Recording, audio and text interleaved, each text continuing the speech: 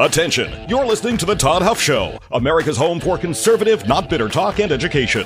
Be advised, the content of this program has been documented to prevent and even cure liberalism, and listening may cause you to lean to the right.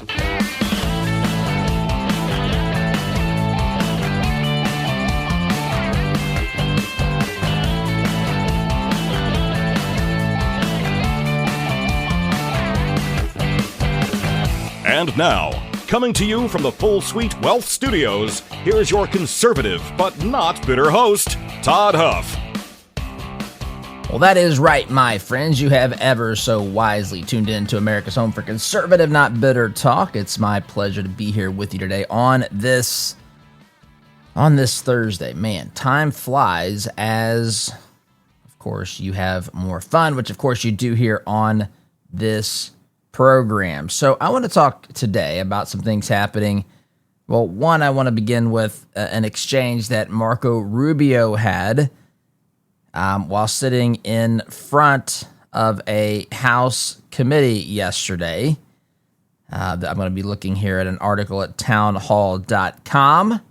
You can probably find this lots of places. I saw a clip of this last night that kind of illustrates what modern politics looks like in our nation's capital. So we'll start there. And of course, there's a lot of things we might touch on as well, but that's where I want to start. It illustrates just how these politicians are looking for talking points. Well, they use talking points, I should say, and they use their time questioning the people that come in before House committees or Senate committees to basically use all their time not to ask questions, but to speak from a stump, to clip that up for social media, and to try to shape the narrative, to fundraise, to appeal to their base instead of actually do their job. So I want to talk about that here on today's program.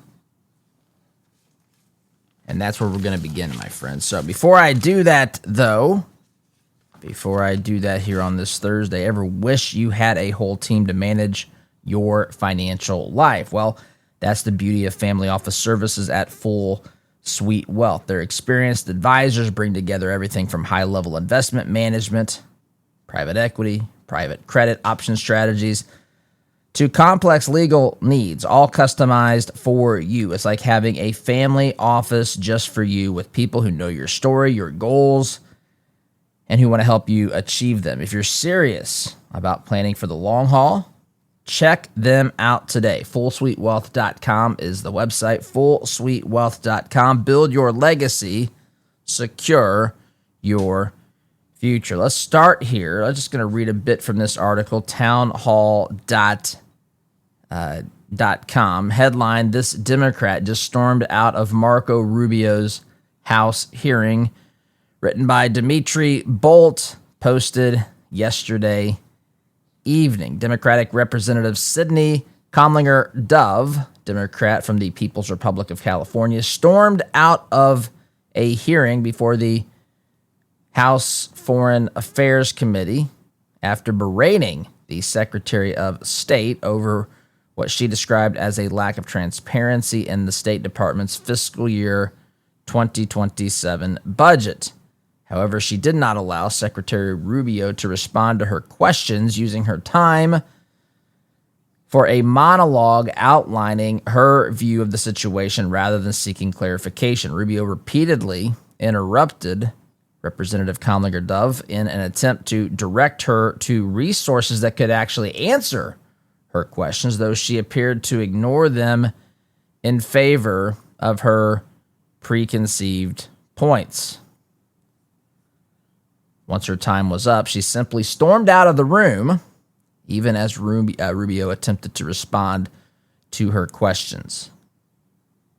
So, that's what happened here. That's what happened here on Capitol Hill yesterday. So, before we get into that, let's just set the stage of what happens here. You know this as a student of American government, of history, of civics, you understand the role that each branch of government has, right? We have three branches. Now, you might have gone to a public school that didn't teach these sorts of things. You might have, we've got all sorts of quality. We've got tremendously poor. We have pretty poor. We have kind of poor, mediocre, a couple of good ones, and maybe a couple of very good ones. Public schools out there, but typically they're not as good as they should be. That, I would say, is the rule. There can be wonderful teachers. There can be some excellent administrators. But our public school system is an absolute debacle.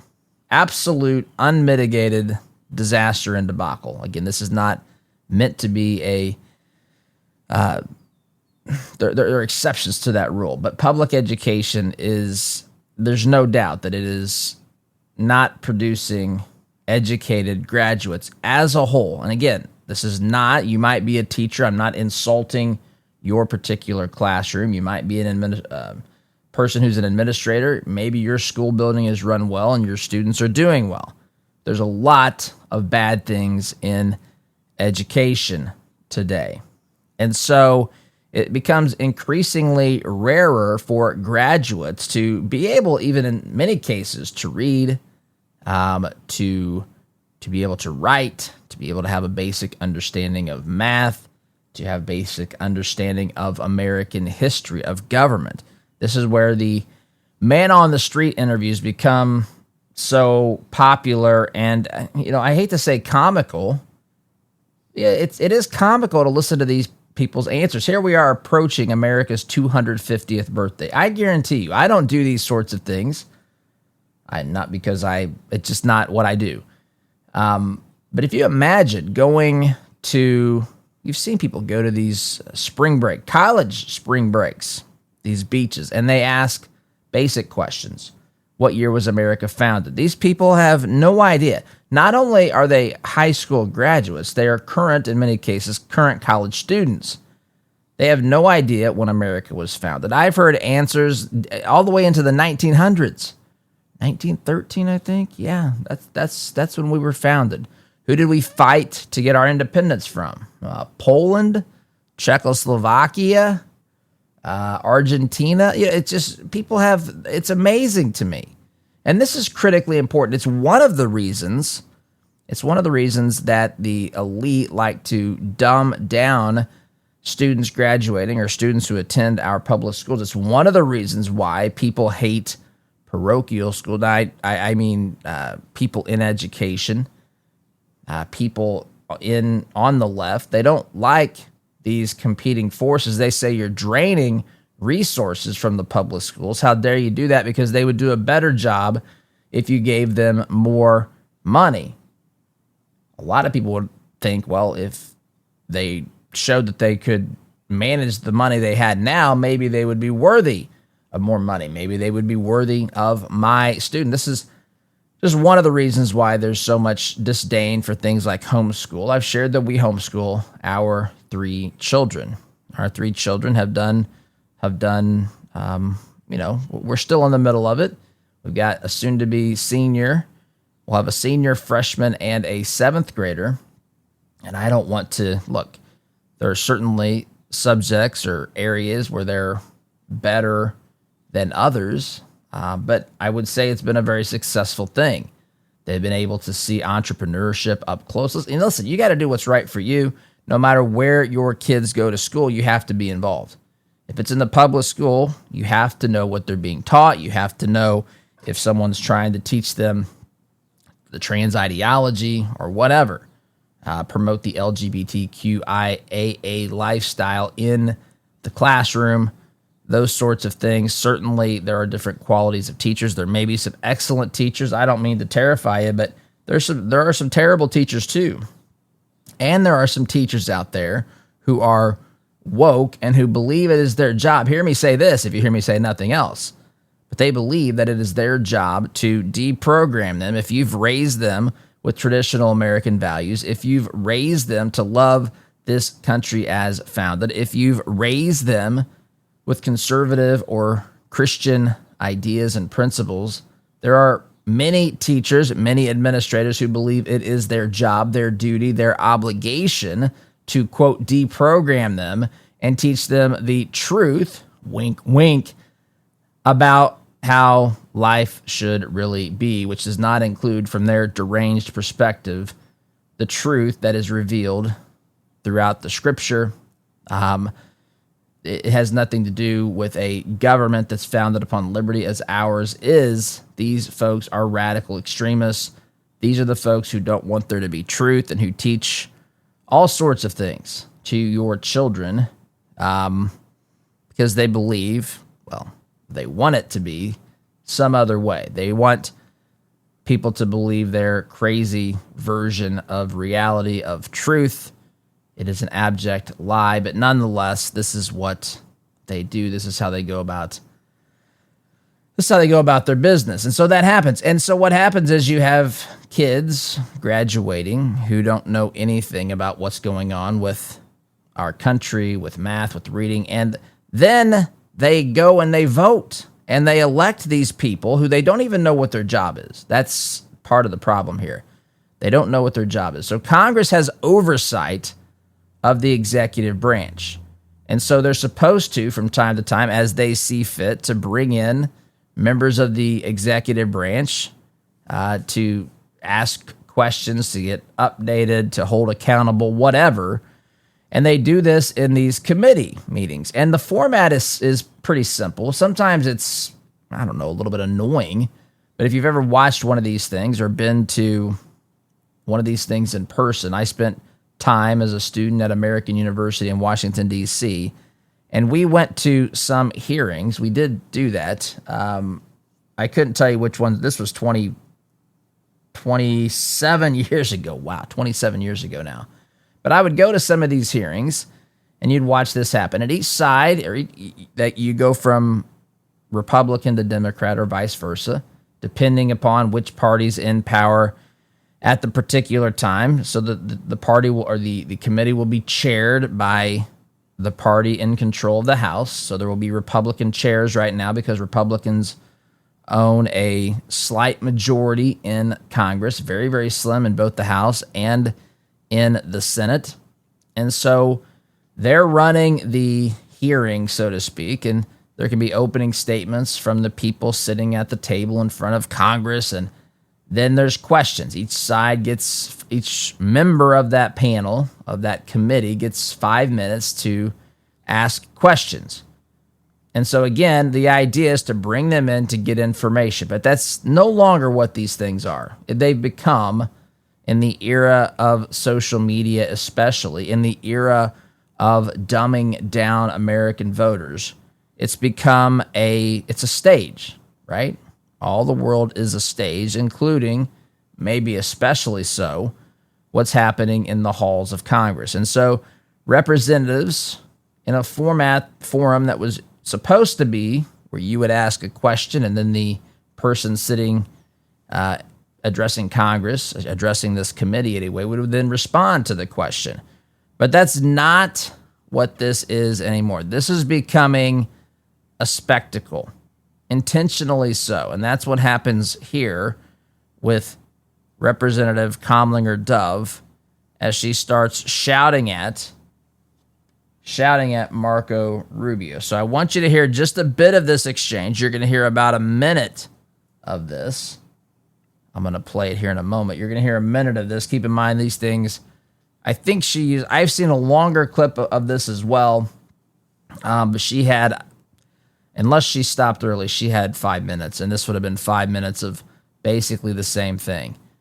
This is where, by the way, if you hear people say, reclaiming my time, so they'll ask a question, and the person sitting there before the Congressional committee will respond, and they either don't like the answer, or sometimes it's true that the person sitting at the table before the committee could be deflecting or not really answering the questions. This is the sort of behavior you would get from one like Hillary Clinton, who was doing this the other day. So I understand it's a game on both sides. They're looking for sound bites. They're trying to make it look like their argument is good. The people that are on their side of the political aisle are the ones who are correct. The people who are on the other side are always the villains. And so you create this spectacle. And this is, listen, I've shared before, we're in the midst of a cold civil war. This is what that looks like. This is how this is going to appear in a nation that's undergoing a cold civil war. We have to. One side's going to have to win this. That's the only way to end this, is for one side to get enough political power to actually end this. But this is the spectacle it has become. So with that, no further ado, here's Representative Kamlinger Dove doing exactly what I just talked about with Marco Rubio. Here you go.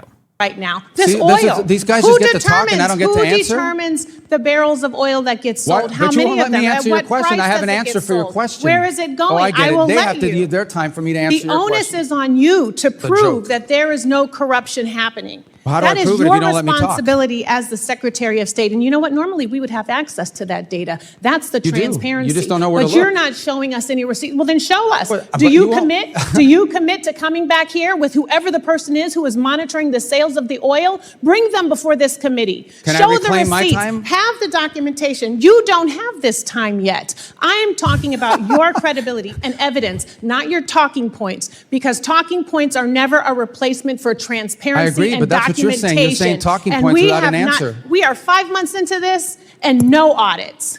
Zero visibility into the 100% contracts that are false. awarded. 100% Zero false. Unfortunately, transparency about where the Representative's money time has is expired. going. Representative Salazar is recognized. And giving contracts with no transparency Can I is borrow your exactly time the to reason answer? why you shut down USAID. So practice what you preach. I yield my Oh, pass. she gets to scream now too? Scream Chairman, and can we shout. take down her word? Okay. You get an idea, right, of what transpired there. Marco Rubio, I think this clip gets a little bit more into it. So this is after that shenanigan. Rubio has some words. Americans in Why is my she leaving? community. I'm going to answer her questions. I will. Oh, she's going. Okay, I got it. Well, thank you for coming. I want to pause. So she had her meltdown there. She yells at Marco Rubio. Marco Rubio says, "What you're saying is false." If you hear the whole thing, which again I don't want to play, it's just too long. But if you hear the whole thing, you'll hear him basically say that everything she's asking for, saying that she doesn't have, he says you can find that here. Yes, we have done this. We have given audits. It's 100% false. All this sort of stuff. And she just continues talking. At one point, he does, she keeps saying reclaiming her time, which basically means I'm going to keep talking and you're going to stand there and take it. Keep in mind what, or you're going to sit there anyway and take it. Keep in mind, this is designed to be a question and answer session. You could hear Rubio laugh in that clip where she said, "This is my time." And he just laughed and he said, "Well, not in the clip, but he said elsewhere, can I reclaim my time? Do I get time?" "No, you don't get time." "Well, then what am I doing up here? What is this shenanigan that we're participating in? If I'm not allowed to answer your questions, isn't that why I'm supposed to be here? You've turned your 5 minutes into a soapbox speech. You haven't let me speak at all. You've leveled some allegations here against me, and I would like to speak and respond. I'd like to answer your questions." But every time he starts to speak, she yells over him. She'll say reclaiming her time or some such thing. And then she'll say, "You haven't answered my question," to which Rubio says, "Yeah, I haven't because you won't let me." But see, that's what ends up happening is you get transcripts of this, you get video clips of this. She can tell her base that she's so sick and tired of the Trump administration lying before Congress that she stormed out, because that's what happened. As I played this second clip here, Marco Rubio, the time went to a Republican because, again, they go from one side to the other, Republican to Democrat, and Representative Salazar, who's a Republican, actually from the Miami area in Florida. She, of course, is going to let Rubio talk more, respond probably to questions that he was not allowed to answer with this lunatic who was screaming at him. And so as he's starting to address that and unwind and try to at least make sense of that ridiculous exchange he had with the representative from the People's Republic of California, she gets up and storms out. She storms out. And this is what the base loves. They do. Think about what the left loves. They love chaos, my friends. The radical left loves chaos. They love, I don't know if you've probably seen videos on social media where they'll get these bullhorns and play the sirens and stick them in people's faces and try to drown out what they're trying to say in public. These are the folks who are terrified of free speech, of what freedom-loving Americans actually have to say about this country. They don't want you to be heard. They don't want you. They hate this show. Listen, I'm amazed. I'm not amazed. I know who these people are. It humors me. But I see some of the comments that I get about this program. I can't even read just some of them because every second or third word is an expletive. Just laying into me about, they don't even know what. They're just mad. They're just angry. They're just fuel of rage and fury. And I know that can happen on both sides of the aisle, but it seems highly disproportionate to me coming from the radical left. I'm certainly not that way. The vast majority of you are certainly not that way. You can have a conversation. You can entertain an idea without accepting it.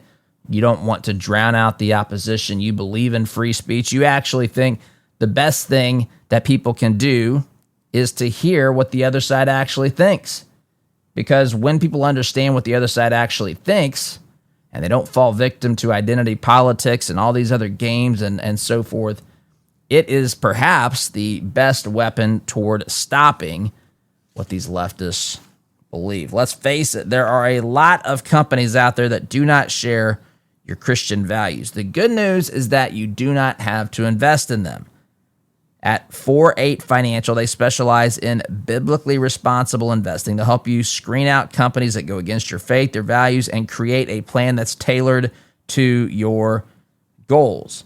They'll handle the heavy lifting so you can focus on what really matters.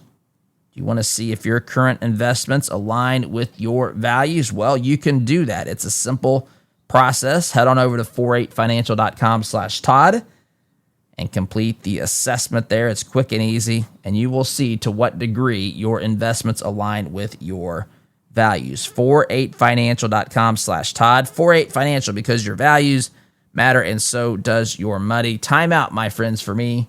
Back in just a minute.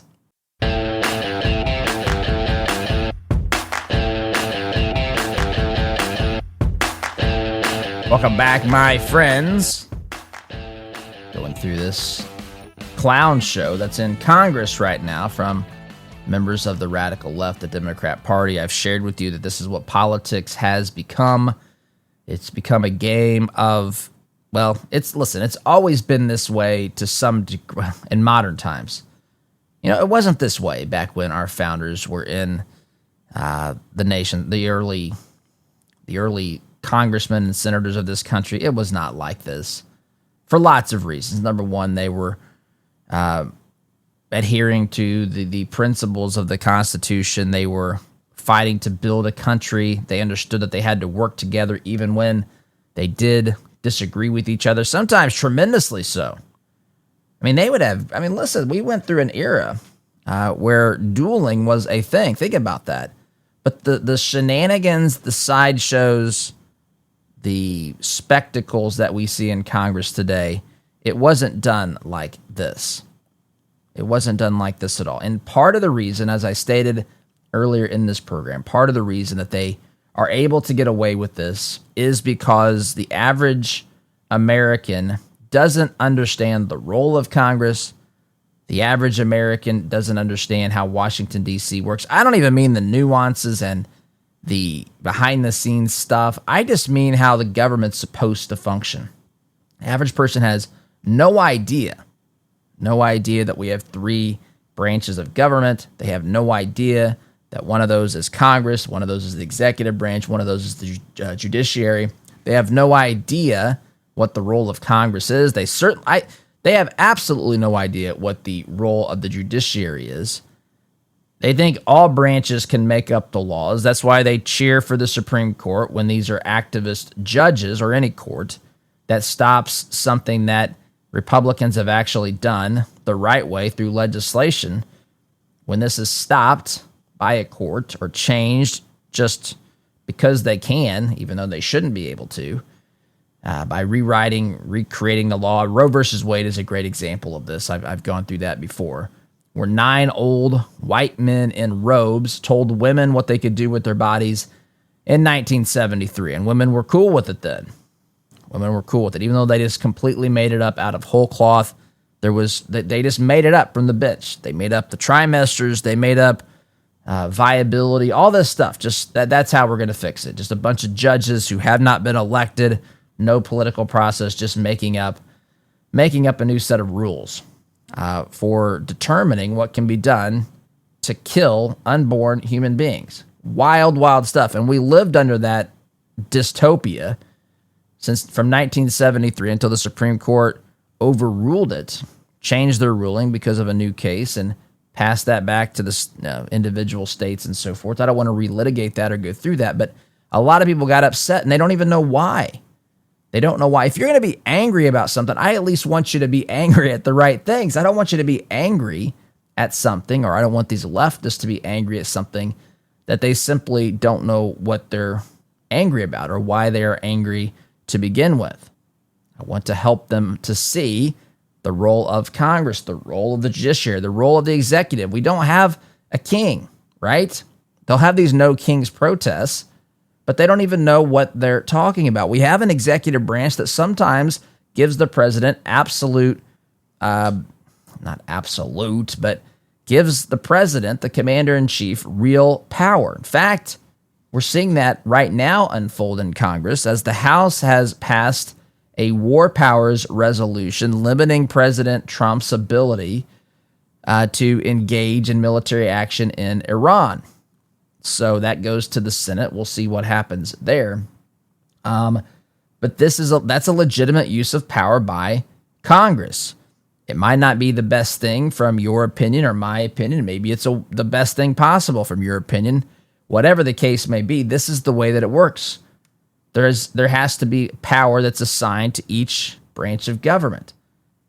The legislative branch, Congress has the right to exercise oversight over the executive branch. Not absolute power, but they certainly can call folks in for hearings and testimonies and that sort of thing to get answers to their questions. But it's hard to get answers to the questions when you don't let them answer the question. So instead of getting into real political discourse, instead of being transparent and authentic, these folks sit there and perform. It's a sideshow. It's a clown show is what it is. And they do it because, they're able to get away with it because they have stirred up so much hatred for President Trump, his administration, so much hatred for Republicans, that this seems to be, to those folks, the only thing. The only thing we can do is scream at them and threaten them and walk out of the room. That's what this is all about.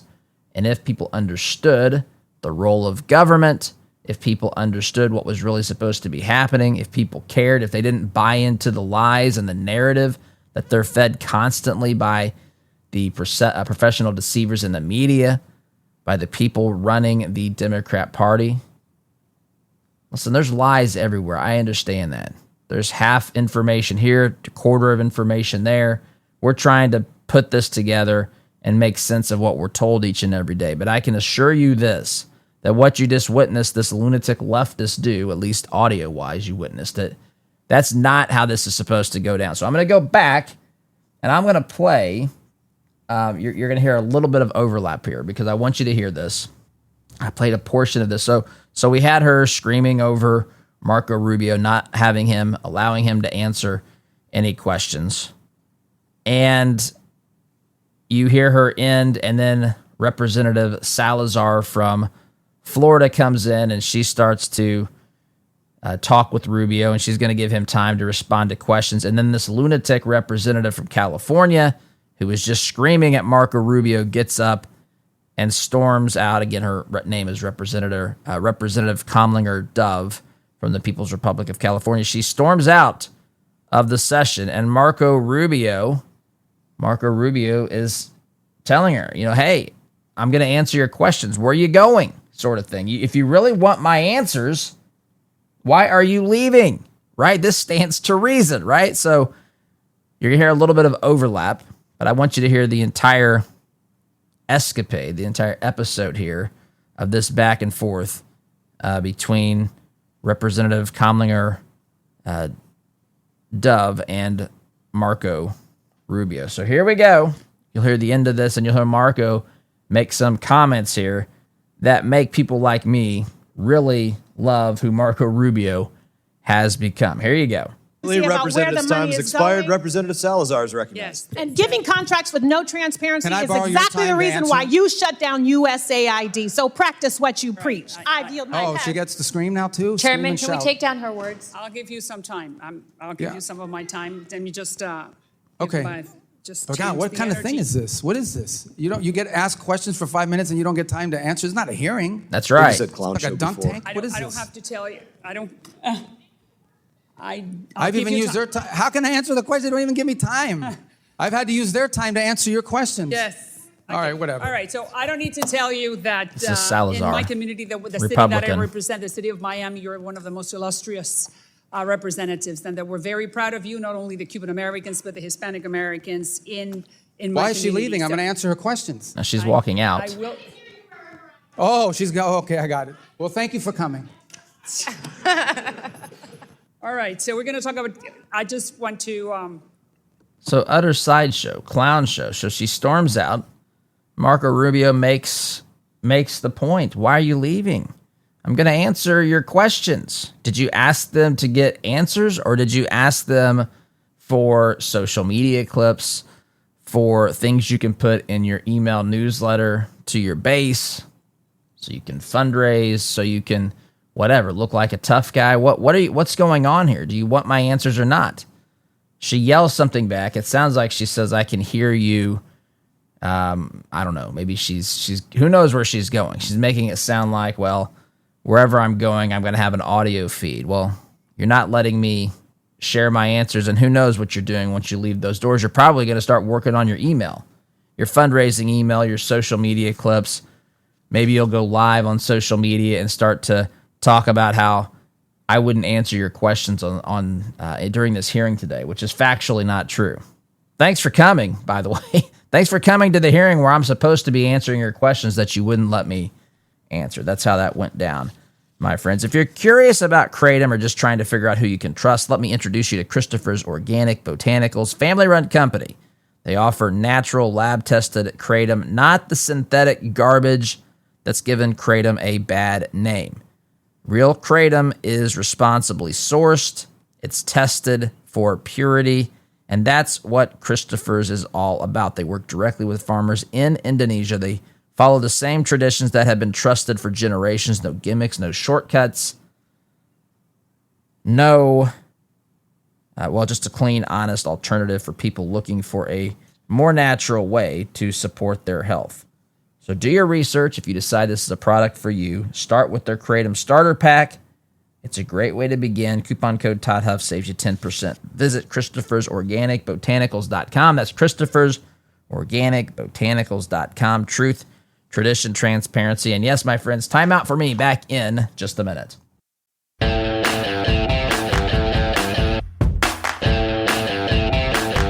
Welcome back, my friends. Listen, I'm under no illusion here. There's always been tensions in our government. You know, by the way, we're approaching our 250th birthday here. Do you know, I heard this said the other day somewhere. I don't remember. There's a lot of information out there, right? A lot of different sources. But there are people out there who say, look, this nation, I think it was an article maybe from, I don't know, some leftist outfit, which of course there's a lot to choose from there. But the article was basically, I think maybe it was New York Times headline.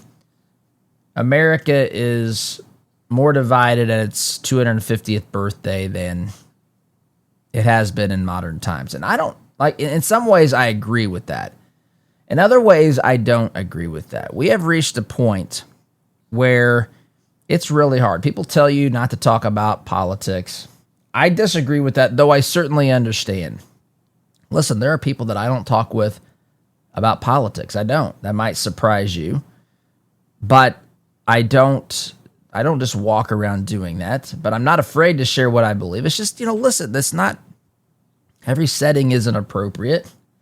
I know where some people stand, and it's just not always an appropriate thing, but we shouldn't be afraid of it either, because these things, they are going to eventually come up, and they matter. They matter a lot, especially since we're in the midst of a cold civil war.